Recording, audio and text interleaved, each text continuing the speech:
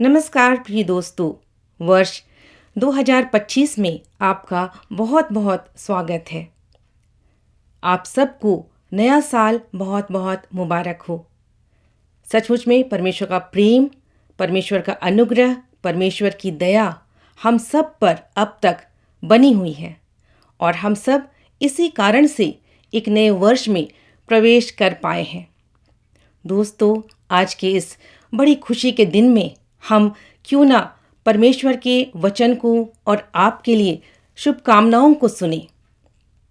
और आज इस विशेष समय में हमारे बीच में भाई अनुज अरविंद टोप्पो उपस्थित है, जो नॉर्थ वेस्ट GEL चर्च में पास्टर कैंडिडेट के रूप में सेवा दे रहे हैं।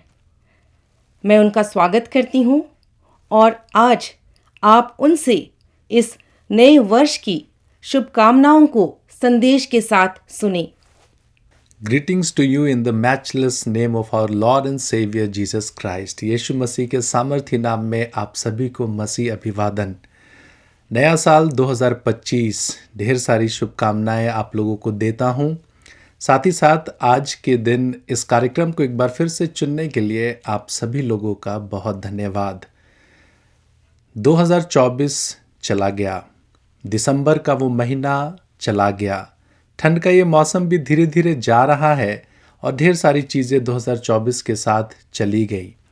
यदि आपको लगता है कि इस नए वर्ष भी कुछ पुरानी चीज़ों को आपके जीवन से चले जाना चाहिए, तो उन्हें चले जाने दीजिए।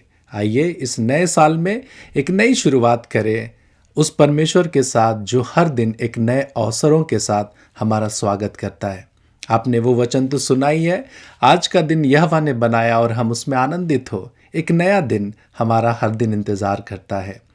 आज इस नए वर्ष 2025 की ढेर सारी शुभकामनाओं के साथ मैं प्रभु के वचन से आप सभी लोगों को उत्साहित करना चाहता हूँ कि ज़िंदगी एक यात्रा है। जिस प्रकार पौलुस के वचन में हम लोग पाते हैं कि वो कहता है कि मैं निशाने की तरफ दौड़ा चला जाता हूँ ताकि वो इनाम पाऊँ जिसके लिए परमेश्वर ने मुझे यीशु मसीह में बुलाया है।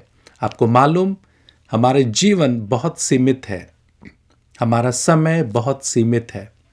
हमारे पास निराशाओं के लिए, पछतावे के लिए और किसी बात के लिए उतना समय नहीं है, बल्कि सच्चाई तो ये है कि हमारे पास समय बहुत कम है।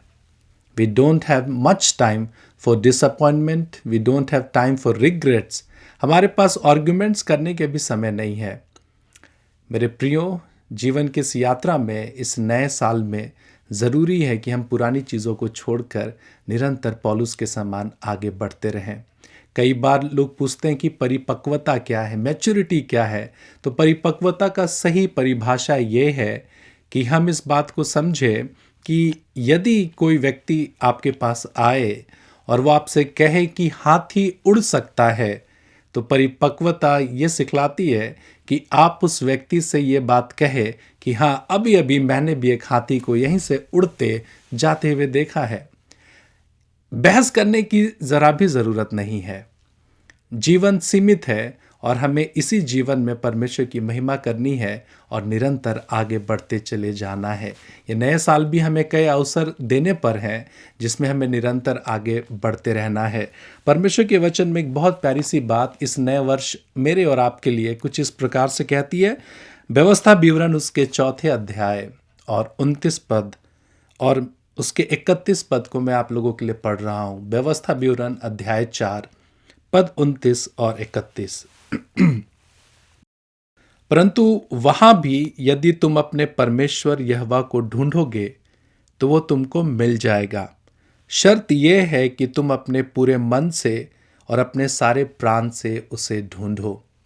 कहीं ऐसा तो नहीं कि 2024 ढेर सारी महत्वाकांक्षाओं और लालसाओं और कई सारे सपने को पूरे होते हुए देखने और शायद कई सारी असफलताओं के साथ खत्म हुआ हो।